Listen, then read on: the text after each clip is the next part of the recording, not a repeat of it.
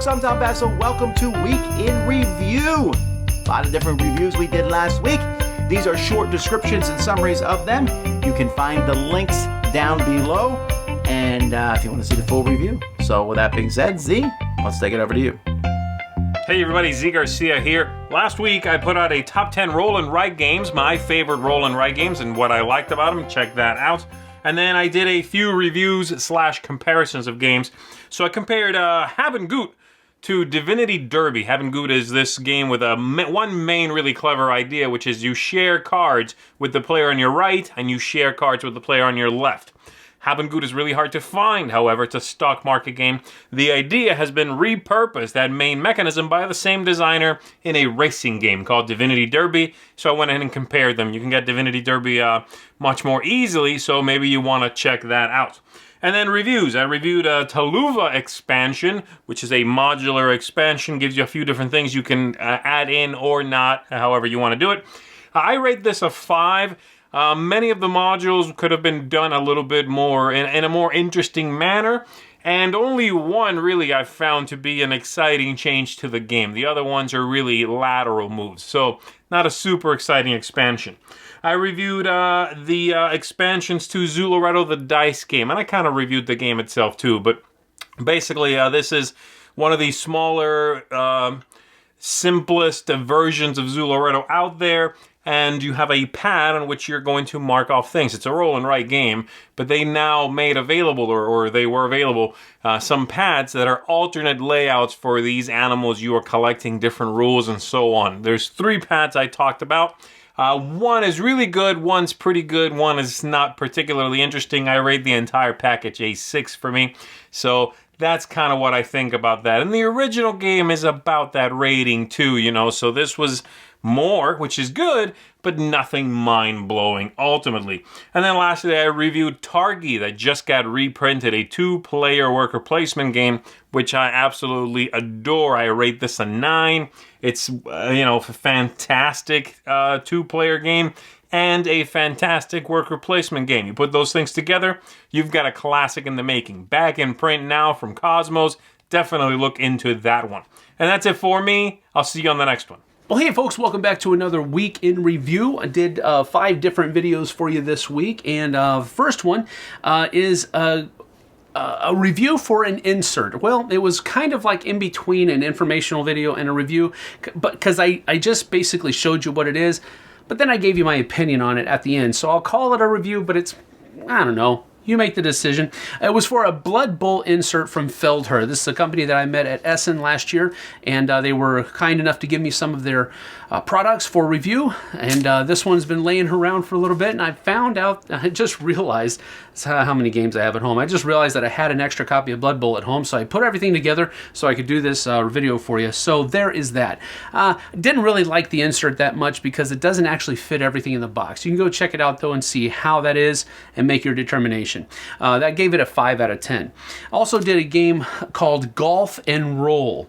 This is a golf simulation game where you're rolling dice. It's basically a roll and move game, but there's a couple of extra things to it. It has some variable player powers, so it does have that going for it. Still didn't like it that much. Gave it a 5 out of 10. Also did a game called Aristea from Corvus Belli.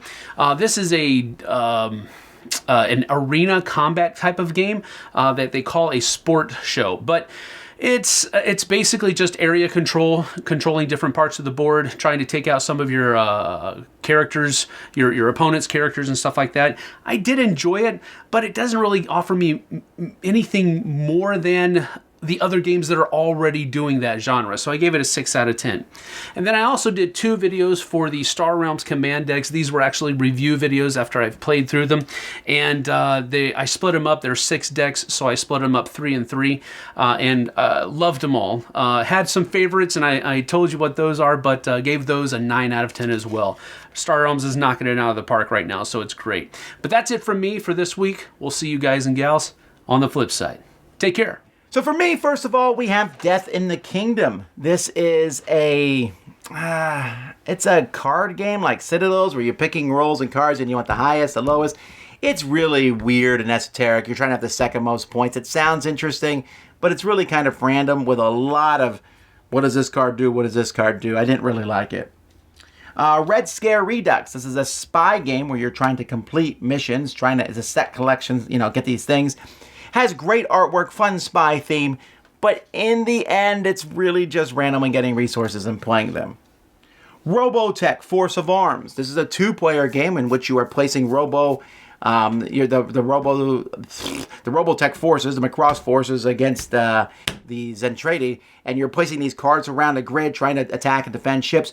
Really cool concept. I like the game, but it is super random. Okavango. This is a Kramer and Kiesling game, actually, about watering holes and sending animals there. You put some animals down, it makes some other animals come back. It's a little more convoluted than I would like, honestly, for how simple the game is. It works okay. Frenetic. This is a game that mixes grammar and science. It uses the periodic table, and you're going to be using different element initials to make words. That's funny, and it works well, and some people are going to really enjoy it. Spectrops Broken Covenant. This is the sequel standalone to Spectrops. Has a bunch of new stuff that's fantastic. Mix it together with the old Spectrops, and now you have a huge pool to pick from. If you've never played Spectrops, you can jump on board here.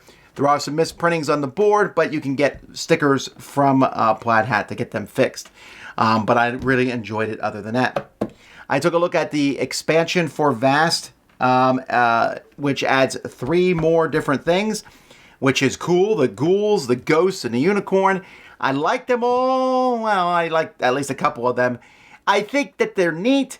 And if you love Vast and were wanting more, these are great. I didn't think Vast needed more factions and things like that. I also took a look at the Vast Miniatures expansion, and that's cool because it adds miniatures.